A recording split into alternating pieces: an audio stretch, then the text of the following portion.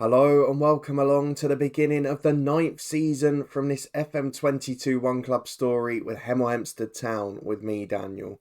We're back today for part 71 of the Tudor Times, and we are here to go through a busy summer in the transfer window, a busy summer off the pitch, and of course try and play Swansea on the opening day of the season. It's been very unlike my usual style in the summer transfer window, we'll see why in a moment. But that's not even the start of what's been going on at this football club. So if you're looking forward to finding out what's happened in a very big summer here in Hertfordshire, please do chuck a thumbs up on the video. Subscribe down below for daily FM22 content from 2 long-term stories. Of course, we've got a big transfer special in the head coach tomorrow too. If you missed yesterday's episode, it was very important. You can find it up in the eye above, as well as the FM Insight series and all of the other channels I'm involved in too. But let's get started, and although we're here at the 11th of August looking forward to a new season, loads of transfer news in the manager performance section, I've got to take you back a little bit and explain what happened earlier in the summer, because it's all changed at Hemel Hempstead Town off the pitch, and that has caused both problems and, later on, some pleasures in this transfer window.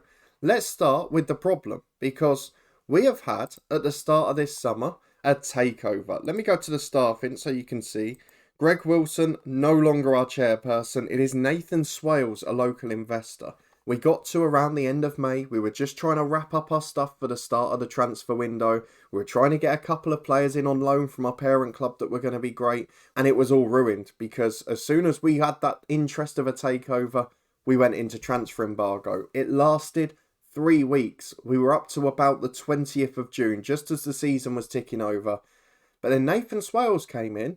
And suddenly all was all right because the bank balance was doubled. He injected £3.2 million of his own money into the club and increased the transfer budget up to £6 million. So a lot of money went into the club to improve our budgets and to make things a bit easier for us. So we finally got that sort of championship financial infrastructure. We've got secure finances. We've got no loans. Things are looking great. But the other knock-on effect of that, if we go to the club vision, is that we have got an improvement to training facilities, which was approved before the new owner came in. Then when the promotions were wrapped up, we got the chance to get some of the solidarity funds from the parachute payments. Then we increased the junior coaching and the youth facilities for the first time, something we talked about a little bit when we were in our season review last time out. And then when the new owner came in, we said, right, will you improve the youth recruitment? Because the previous board wouldn't do that. And they said, yeah, that's fine, no problem. So we have now got improvements coming in all areas of the club. A real improvement to the transfer and the wage budget as a result of those changes. And that has meant I've had to rethink the summer a little bit because people were asking for more money. We had a bigger scouting pool, so suddenly some players from outside of the UK were becoming available. And although I wouldn't describe it as perfect, although we're now overloaded in a couple of positions, waiting for people to go out, we've got a strong squad, and a much stronger squad than I expected to have at this time last month. So let's go and have a look at it. Summer transfers at Hemel Hempstead Town. We've got a lot to get through. So first things first, no one recognisable has been released this summer, just a few youngsters. We have had, though, possibly the most surprising big money sale we've ever seen. We were due to be running at a transfer loss this summer until we got to sell the likes of Bullock, Bennett, Sheriff or whatever else was happening. We had a deal out of nowhere. And you can see it on the screen here. It's Norwich City again. But Daniel Senior, someone who was out on loan last year, we were looking at him with about a month to go to the season and saying, I think he could be our solution as a backup left back this year, having come back from a good loan at Yeovil. And then out of nowhere, Norwich came in with a bid that was about £1.5 million plus a profit of sell-on. We changed it to a 50% sell-on clause and £2.7 million in guaranteed money. And Daniel Senior has gone to Norwich for that price, has not played a game for us. We got him last summer, released from Arsenal. He had a good season at Yeovil. He was coming back to be involved with us. I thought he must have massive potential. Why else would they take him? But still, what a magnificent deal for someone we bought him for free, didn't even pay the wage of because he went to Yeovil. And now we've sold him for 2.7 million in guaranteed money. And just to show you, for proof, Daniel Senior, sorry, it's a 30% of next transfer sell-on clause. We've sold the Thornley sell-on clause, which was 20%, and he got an extra 740 grand for that into the club. So this club financially is starting to reap the rewards of big sales. But that one, by all accounts, blew me away because I was expecting offers for Bullock, for Ricky J. Jones, for people who had been key for us. And that one just came out of nowhere. We have got a few ins before this in screen you can see here that happened on the 9th of June that were pre-agreed well before that. But let's get through the rest of the outs first. We've got John Worsfold, who goes back to Sutton for a second successive season. Second was Jason Ferris. We mentioned we wanted him to go out and play centre mid somewhere. Well, he's had 2 games in the National League for Barrow. He's playing really well and they're covering his wage too. So hopefully he'll improve, come back a better player.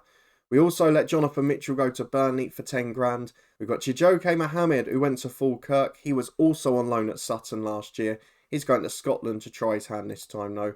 We tried to sell Stuart Parry, no one took him, so we've loaned him out to Grimsby instead. Hopefully he'll play well for them. He's been playing at the under 21 Euros and just really needs a big season at this point. The next one is Adam Wade, who goes on loan to Barrow, joins his mate, should be playing centre midfield with Jason Ferris. Daniel Senior we've covered in big detail. Joe Wilson is on the in, so we'll look at him in a moment.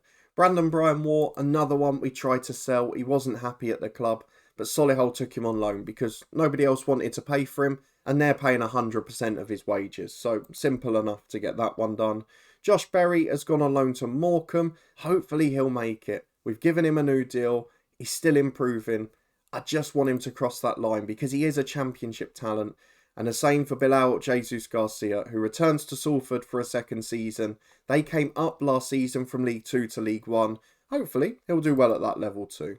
However, we were scuppered a little bit by that 3 or 4 weeks. We couldn't do any transfer work, but we still managed to get a few in, and there's more to come. Trust me on that front.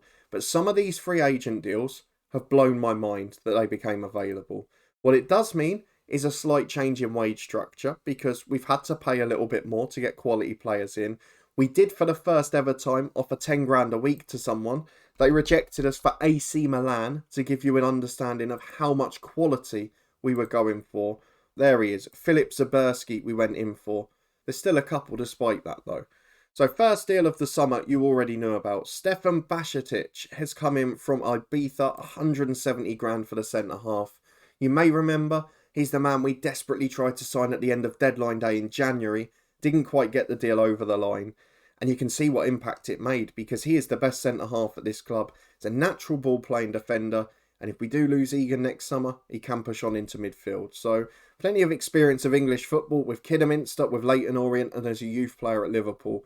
But now he returns to become a superstar. Looking forward to seeing him play. The second one, on reflection, I probably wouldn't have done if I'd known what players were becoming available later. But it's still one I'm really excited about. Christian Flores, a bit like Jason Ferris, he comes in for 130 grand from Tottenham and he's a natural right winger. According to the stats up there, he's worth 6 million quid already, which is a great steal for us. He's got a good personality, he gives us options if we want to change shape later down the line. He's only 22 years of age and he's got bigger potential. I'm delighted with this deal. He's got great ability as a wide man, but you can see he's also got those natural attributes for a middleman. He's got a good passing ability, he's quite good technically across the board. He's agile, he could be good as a box-to-box.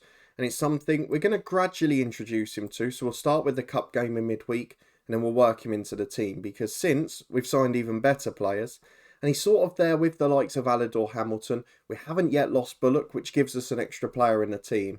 So I'm looking forward to him in the future, but it might be a slow start for him. On to this summer, we had the 4-week break. We lost out on a couple of loan players from Chelsea. We lost out on a few others too, but we've still managed to get 5 more in.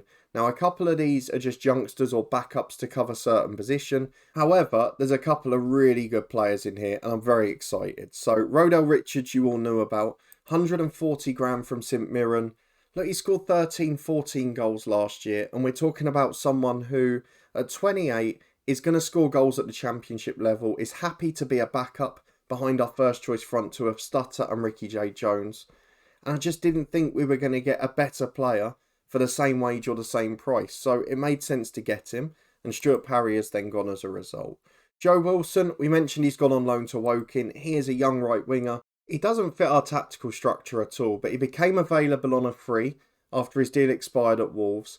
He just popped up in a scout report and I thought, why not? He's got a great personality. Physically, he's unbelievable. He's 18, so could improve, and look at what happened to Senior last summer. We loan him out for a year, he has a good year, then who knows, we might get a bit of £1 million, £2 million for him. I don't feel we could turn it down, and who's to say we're not going to end up playing with right wingers in the future, because him and Flores both have absolutely massive potential. So worth a punt for very low wages, and we're not even paying him because he's gone to Woking. From this point on, though, is where we get exciting. Now, we mentioned last year that we could do with some improvements in midfield. Arthur Reed's unhappy. He's not going, but it looks like he's going to be dropping down the pecking order. There's a few of the others who we're not sure about expanding at championship level. Egan's a lone player. Bullock trying to force his way out. Well, welcome to Leo Hubert, who we offered a contract to at exactly the same time as the centre forward that went to AC Milan.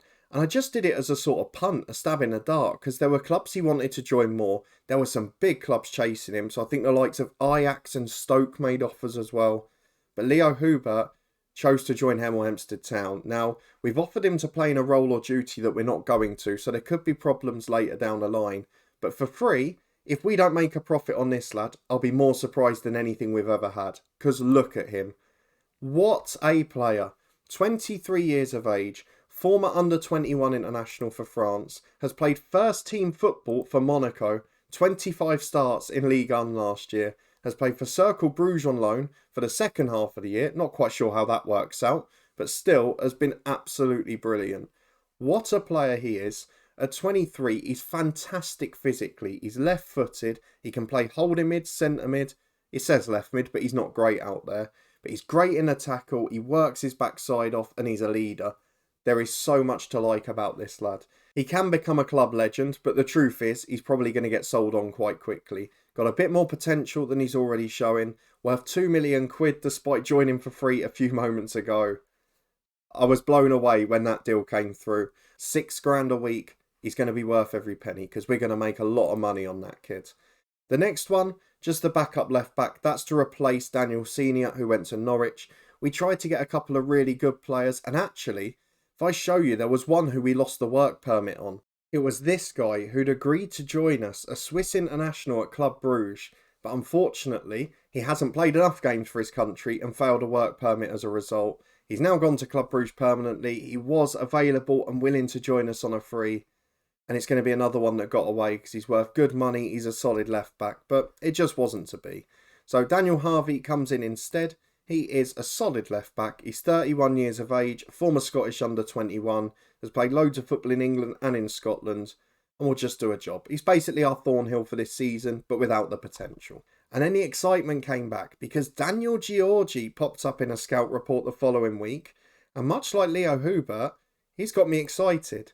He is a 21-year-old Romanian international midfielder, has played over 100 games for Steaua Bucharest, is 3.5-star ability, 2-footed, mercenary personality, and has a lot of quality across the board. So another one that we can maybe make big money on in the future. £2.3 million they're suggesting he's worth. I don't know how we've managed to get people like this, but the excitement level's ramping. The biggest thing that happened out of that takeover is having the scouts for the whole of Europe, because these little players are popping up from nowhere. The under-21 Euros were scouted, and it's very clear that some good players were spotted there. So, not players we needed in midfield, but exciting ones nonetheless. I'm disappointed we haven't yet got a keeper. I'm disappointed we haven't yet got a centre-half. The centre-half was scuppered, unfortunately, by the takeover. The goalkeeper, well, it could be resolved any minute. We're looking at a couple of loan centre-halves with no wage contribution. We've tried countless times for Thornley, but it just wasn't to be. We'll keep an eye out on him. Maybe make another move on deadline day if he hasn't gone anywhere. But for now, he's rejecting the chance to join us again. Goalkeeper-wise, there could be even bigger news. We might, in the next episode, have our first £1 million man. Andrei Bekbuev from Zenit St. Petersburg is a 17-year-old goalkeeper who popped up and looks unbelievable. So I'm doing the scout reports. He can't join until January, but I might push that one over the line. What it will depend on is how good Matthew Cox is from Nottingham Forest. He's 26, about 100 grand and 3k a week. He's a very good keeper. I'm not sure how much better he's going to be, but a great personality, and he might be the one I opt for as a safe pair of hands. We'll wait and see though. Who knows? You could get both and then sell G-Cock next summer. But that's what we're potentially looking at for the rest of the window, the two positions that are clearly left to improve. And then after that, it's just about outs, to be honest. We've got Leon Bullock transfer listed by request. We've got to get a deal for him with a big sell-on clause in. Or if we can get him back on loan, who knows what we do at that point. In terms of defence, Max Taylor has been linked with a move out. He rejected an offer from Portsmouth, and Arthur Reed is unhappy. I'm trying to sell him, but every time I do, nothing happens. So we'll keep looking at those. We do need to trim the midfield a little bit. If that doesn't work, then perhaps we have to loan one or two out because we are stacked in that area of the pitch. Into the first game of the season though, Swansea away from home. And after a very good summer off the pitch, some good work in the transfer window, we have got a chance to start the season in style. A very quick update from the 11. Bennett Sharif is here. He stays and signs a new deal because basically the rest of the squad forced me to. I tried to leave it as late as possible because he wanted that sell-on clause in there, £1 million. And someone's going to trigger that release clause because he's worth more money than that anyway. So my plan was, do it when he signs a new contract. So hopefully he doesn't want to leave for that first month or two. Then we'll get him at least till January and maybe even be able to ride it out by then. But the rest of the lineup is pretty predictable. I'm largely sticking with what we had last year for the start of this. And then we'll gradually work it in after the cup games, as we did last year. But that means, despite the lack of fitness for some off the bench, Max Taylor being a key one, we have an 11 of Zach Gcock in goal. You can see where the two weaknesses are, can't you? Adam Doyle and Bajcetic, the new men at centre-half. Bennett Sharif and Armin, the fullbacks. Egan, Alador, Hamilton, Richardson and Bullock, an entirely familiar midfield four. Richardson needs to push on this year. It needs to be his one. Jones and Stutt are the front two. Ricky J. Jones, another man with a new deal on 6k a week. But we've kept our structure under that, and I'm pretty happy as a result.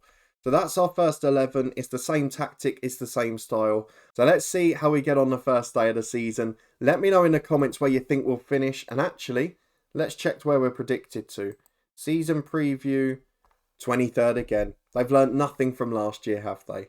Let's get into the first day of the season. Swansea City v Hemel Hempstead Town. How do you think we'll do? And what do you think of the new signings? And this is what we're up against. So not too many familiar names in that Swansea team. They've got a midfield bruiser in Lewis Travis. They've got Ben Beachy up front. He's a young striker who always scores goals. They've got quality on the bench. Jordan Story, their sub-centre half. Someone we've tried to sign this window. We just opted out in the end as he turned 31. But let's get the lads motivated into the first half. We won our first game last season on the road 1-0. I'd certainly take the same outcome today. Well, a very quiet 20 minutes so far, and Swansea, as they do in real life under Russell Martin, trying to play out from the back. But then it's just a big ball over the top to Akande, and it is our weakness there. The right side of those centre-halves, Doyle doesn't get there, Beachy heads over. And if we can improve those positions, particularly centre-half, I feel we've got a chance this year at the playoffs. If we'd got Baumer in January, it'd be a very different story. As Akande comes down the left-hand side, it's been a good start for the hosts. Gets towards the byline, cuts back on his right foot, finds his man. Sturge on the left wing, back into Shabani. Lovely cross to the back post, had plenty of whip on it. And Clark forces a wonderful save from Gcock. It stays 0-0, but our keeper is doing the business at the minute. And we're back again as Scott Egan wins the ball back in his own defensive third to Doyle and Bajcetic. Going to take a while for these centre-halves to adapt as Armin plays down the line for Stutter. We've been outplayed in this game so far. It'd be lovely to nick a smash and grab as Richardson finds his centre-half again. Egan to Doyle, moving the ball a bit better, but can we create that clear-cut chance? Of course, don't forget, Ricky J. Jones was injured half the summer. Stutter's only been here since January, and Bullock wants to go. It's not the most coherent front three. As Richardson again, it's a wonderful spell of possession, but we need it to lead to something. And maybe that's what the new signings will do. Give us that creative spark. Bajcetic to Armin. Chance to play down the line, but it's back again. If we score from this, going to be one of the best passing moves ever. Bullock to Stutter, to Jones. Stutter, he's got two again. Jones is in. What a goal that is. How many passes was that? Get yourselves back on the replay and count down in the comments below. Because that, it didn't look like it was going anywhere for some time. Then the switch flicked, the front three turned on the style. And it's 1-0 to Hemel Hempstead Town. Don't give it away on a set piece. Congrave at the back post heads over the bar. Be the worst thing to do after scoring a goal like that. What a move. Hemel Hempstead have lift-off. What we do have to bear in mind though, is that Swansea absolutely dominated that half and very much should have scored. We're going to tell the lads to keep it up. They're fighting hard and maybe the confidence will build. Can we get new players in midfield later in the game? Defensive ones as well as Cooper Edge just over. And maybe that is the benefit in the middle now. Hubert's a more defensive player. We've got Callum Haseman on the bench. And we can think about just shoring things up. Maybe even taking out the number 10 and playing a flat 3 across the middle. As Shabani, inside to Clark. He's got support from his wide man. Plays it across to Akande, who's looked a threat on this left-hand side. Shabani again, good footballer, controlling it in the middle of the park. Wide to Sturge. Alador Hamilton's work wide to close down. Doesn't get there. Clark's header is just wide. And I've got to think, do we take Bullock off and put a third man in the middle? I think we're going to do it because they are absolutely dominating this football match. So Bullock will come off for Leo Hubert. He will go in as a central midfielder. He wanted to be a ball winner anyway. So what we're going to do is move Richardson into the middle. We're going to make Hubert a ball winner on support. Try and push him up the pitch a bit. We're going to make Richardson a centre midfielder on support. We'll give it 10 more minutes, then make the other changes. And it's yet another free kick for Swansea City. It's really poor defending. How on earth it doesn't go in, I don't know. At least 2 or 3 goal line blocks there with the keeper out of action. And I have no idea how we're winning this game, but we'll take it. If we can then improve our defence, it might help us out. Adam Doyle playing out from the back here to Camoy Richardson. Bit more freedom in the middle to Jones and Stutter. Hubert, the sub, goes back to Egan, keeping possession well. This is how the first goal came. Can we get another one? 2 magical goals would be lovely. Armin, inside to his centre-half. Bajcetic, not having a good game back there because we're getting outplayed. But there's Richardson to Stutter. Ricky J. Jones played on by the right back. Ricky J. Jones off the post. But the rebound, he's first to it. And Ricky J. Jones, the injury has done nothing. Smash and grab, 2-0 Hemel Hempstead. Let's go and make a couple of subs. Egan will be taken off for Haseman. I'm tempted to take off Armin at left back, but I'm going to leave it. 15 to go. It's very quiet at the minute. I'm going to take off Hamilton for Flores or Georgie. Flores. Let's get the one on who we think has got a little bit more of a chance and needs that work in midfield. And while we're playing a flat 3, he's actually a bit wider, which probably suits him to the ground. As Akande on the left-hand side, still causing a threat for Swansea. Someone will definitely go and scout after this, because he's wowed me. And here he gets to the byline. Back to Sturge. Into Fleming. I'm sure most players at Swansea will be on far too much money, as his cross is right in that corridor between defence and goalkeeper. They all left it. It rattles the woodwork. But thankfully, the offside flag's up for the rebound as Ramsey puts a corner in. Swansea off the line again. Oh my word. How have we kept a clean sheet? Swansea, 25 shots, 12 on target, haven't scored. This is our lucky day as Richardson to Jones and Stutter. That's the only thing that would make this start to the season better if he scored as well. But it's tipped wide from 25 yards. Corner kick. Can we put some undeserved gloss on this victory? Flores will take the corner kick to the back post. Haseman up, just over the bar. But 3 minutes of stoppage time done. It is Swansea City 0, Hemel Hempstead Town 2. They were by far the better side, but we've got Ricky J. Jones. And with that, we win our first game of the season. So we finished the day in the automatic promotion places. For the second year in a row, we win on the opening day of the season and keep a clean sheet. But I genuinely have no idea how in this game. Maybe it's G-Cock and his 12 saves. We're looking to replace this guy. And look how good he's been for us. Let's have a look at the schedule for when we're next going to be back.